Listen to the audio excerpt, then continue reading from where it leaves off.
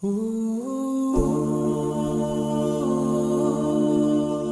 الله الرحمن الرحيم الحمد لله والصلاة والسلام على رسول الله أما بعد Assalamu alaykum va rahmatullohi va barakatuhu. Hurmatli ustozlar va qarindoshlar. Bugungi axloq darsimiz, ya'ni so'kalguchi axloqlarning qatoridan bo'lgan takabburlik to'g'risidagi ikkinchi bo'lim. Ilgirki ummatlarmi takabburlik degan sifat bilan sifatlanganlikdan azoblangan. Ya'ni o'zining payg'ambarlarga haddidan oshgan, haqni qabul qilmagan, ojizlarni bo'zak etgan, o'zini cho'ng tutgan zaminda. Shu sababdan ilgirki ummatlarning ko'p qismi ularda shu takabburlikdan iborat, cho'ngchillikdan iborat sifat bo'lganlikdan ular Allohning azobiga duchor bo'lgan. Allah subhanahu va taolo Nuh alayhissalomning qavmininki ahvolini bayon qilib shunday aytadi: "Vastaghshaw thiyabahum va asarru wastakbaru istikbara." Ya'ni Nuh alayhissalom o'zining qavmini 950 yil Allohning diniga da'vat qilgan. Ammo bular takabburlik qilib, gadankesh qilib, Nuh alayhissalomning da'vatini anglamay, Nuh alayhissalomga qig'il tursa, kiyimlari bilan boshlarini o'rib olgan, barmoqlarini quloqlarining to'shkagiga tiqib olgan, hatto o'lib ketar vaqtda bolalarga vasiyat qilib, "Mayada Nuh degan bir odam bor, buning so'zini anglamanglar" deb vasiyat qilib qo'yib o'lib ketgan takabburlikdan. Allah aytadi, ular kiyimlarga o'rnab olgan, o'zininki gadankashlikka kufrini davomlashtirgan, haqqa bo'ysunishdan takabburlik qilgan. Allah subhanahu va taolo Fir'aun va uning qavmining ahvolini bayon qilib aytadi: "Vastakbara huwa va junuduhu fil ardi bighayri al-haqqi wa zannu annahum ilayna la yurja'un." Fir'aun va Fir'aunning qo'shini zaminda haqsiz takabburlik qildi, cho'ngchilik qildi. Bular qiyomatda o'zlarini yana Allohning dargohiga qaytmaydi deb o'ylab qoldi.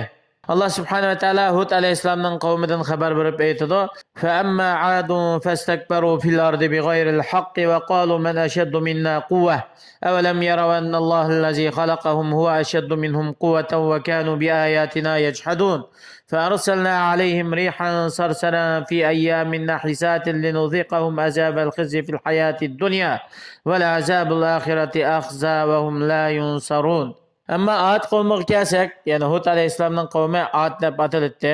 Bular zaminda, ya'ni haqsiz cho'ngchilik qildi, takabburlik qildi, haddidan oshdi. Hatto ular zaminda bizdanmi kuch quvvatlik, bizdanmi kuchli kim bor dedi. Bular o'ylamamdi. Ularni yo'qdan bar qilib yaratgan, ularni inson qilib yaratgan Allohningki kuch qudratda, tangdoshsizlikda ulardanmi katta kuch ekanligini ular o'ylamamdi. Bular bizning oyatlarimizga tonguchi, inkor qilguchi badbaxtlardan bo'lib ketdi. Biz ularga bir qancha kun to'xtamay chiqadigan qattiq bo'ronni avatdik. Ularga dunyoning xorliq azobini tetishimiz uchun, ular uchun oxiratda nihoyatda ularni xor qiladigan dardlik azoblar bor, ularga hech qanday yordam berilmaydi. Takabburlik qilguvchilar bular barliq payg'ambarlarning va payg'ambarlarning agashkuchilari bo'lgan mu'minlarning dushmanidir. Bu to'g'rida Allah subhanahu va taolo aytadi: "Qalal mala'ul ladzina istakbaru min qawmihi lanukhrijannaka ya Shu'ayb wal ladzina amanu ma'aka min qaryatina aw la ta'udunna fi millatina." Ya'ni Shuayb alayhissalomning qavmi shunday aytdi. Ya'ni Shuayb alayhissalomning qavmidan haddidan oshgan takabburlik qilgan bir jamoat shunday dedi: "Ey Shuayb, seni va sana iymon etgan bu mu'minlarni bizning mushu yurtimizdan albatta qo'g'lab chiqarib o'tamiz. Ya sizlar bizning ota-bobomizning diniga qaytib, bizga o'xshash yashanglar. Agar sizlar bizning dinimizga qaytmay, haq dinda chang turmiz deb qolsanglar, sizlarni yurtimizdan qo'g'lab chiqarib o'tamiz" deb takabburlik qilgan. Musa alayhissalom o'zining qavmining takabburligidan Alloh panoh tilab shunday aytadi: "Va qala Musa inni uztu bi robbi va robbikum min kulli mutakabbirin la yu'minu bi yawmil hisab." Musa alayhissalom aytadi: "Haqiqatan mening va sizlarning Robbinglar bo'lgan Allohga sig'inib, Allohdan panohlik talab qildim. Kimdan? Qiyomat kuniga ishonmaydigan, Allohning hisob oladiganligiga ishonmaydigan har qanday mutakabbir, gadankash, to'ngvash, o'zini cho'ng tutqichi shundaqlardan Allohga sig'inib panohlik talab qildim." Bu takabburlik qilg'ichi degan doim o'zining havo havasiga ergishadi. O'ziga nihoyatda mukammallik bilan qaraydi o'ziga qaraganda. Boshqalarga qaraganda nihoyatda kamchilik bilan, ya'ni ko'zga ilmaslik nazari bilan qaraydi. Bu ularning diliga bitib ketgan. Bular o'zining ko'ngli xohishi, istagan narsadan boshqani qabul qilmaydi. Allah aytadi: "Kezalike yetba'ullahu ala kulli qalbi mutakabbirin jabbar."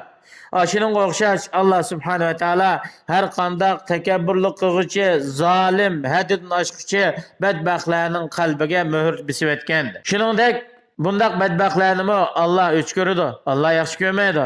Innalloha la yuhibbu kulla xawwanin fakhur. Haqiqatan Allah subhanahu va taolo innalloha la yuhibbu kulla muxtalin fakhur. Yani haqiqatan Allah subhanahu va taolo o'zini aydi cho'ng tutquchi, o'zidan faxrlanguchi, mutakabbirlik qilguchi bundaqlarni yaxshi ko'rmaydi.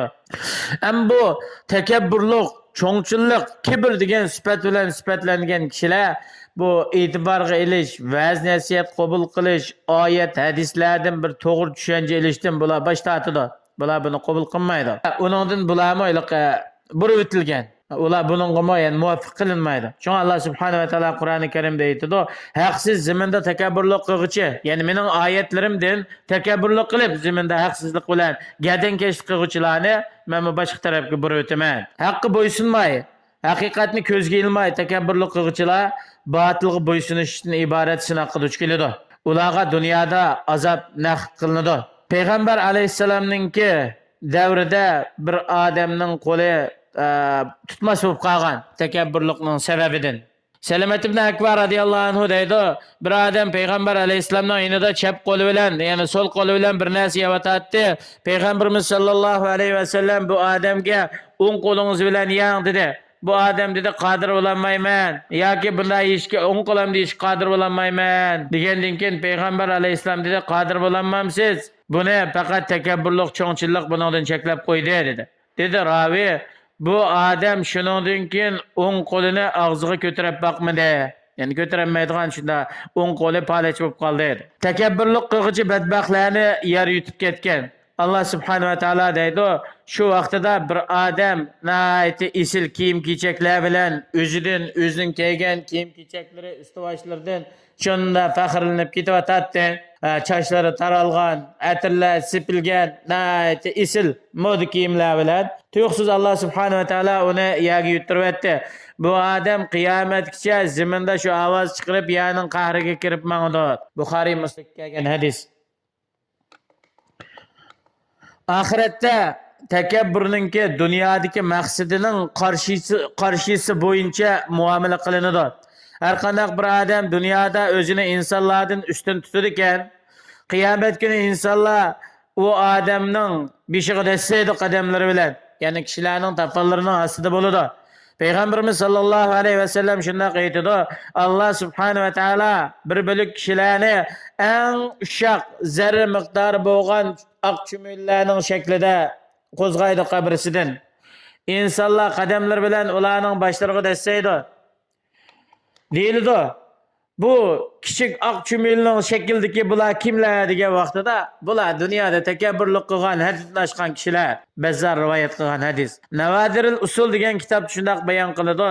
Har qanday odamning takabburligi chekidan oshir ekan, bu odamningki oxiratdagi qomati naytibak tuvan pakalab ketadi. Mushuning asosan har qanday inson Alloh uchun nayti kamtar bo'lar ekan, o'zini tuvan tutar ekan, bu odamningki qiyomatdagi qomati hamma kishilardan ustun bo'ladi. Har qanday odamningki qalbida kibrdan azroq bir narsa bo'lib qoladi ekan, bu odamga jannatga kirish harom qilingan. Payg'ambarimiz sallallohu alayhi vasallam aytadi: qalbida zarra miqdori takabbur, kibr bor odam jannatga kirolmaydi. Muslim rivoyat qilgan hadis. Shundaqla do'zax ularning qaror joyi. Alaysa fi jahannama masfal lil mutakabbirin. Ya'ni jahannam haddidan oshquchi takabburlarning boradigan joyi emasmi? Albatta shunda. Payg'ambar akram sallallohu alayhi vasallam aytadi: "Men sizlarga do'zax ahlidan xabar beraymi? Har qanday o'zini ustun tutquchi, qo'pol, takabbur bular do'zax ahli." Muttafaqun alayh. Yana payg'ambarimiz sallallohu alayhi vasallam aytadi: "Do'zax bilan jannat hujjatlashib, ya'ni davlilashib qoldi. Bir-biri bilan munozirlashib. Do'zax aytdi: "Menga zolim, takabbur, haddidan oshganlar kirdi" debdi. Jannat aytdi: "Menga ojizlar, miskinlar, bechoralar, kamtarlar kirdi."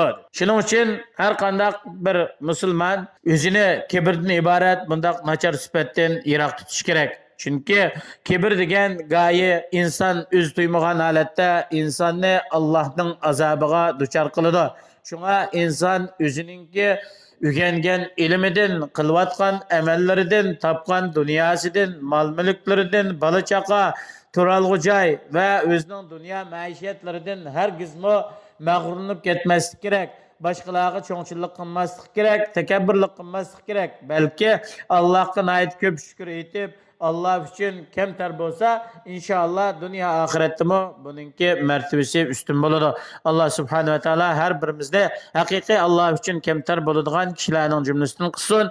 Vesselamu aleyküm ve rahmetullahi ve berekatuhu.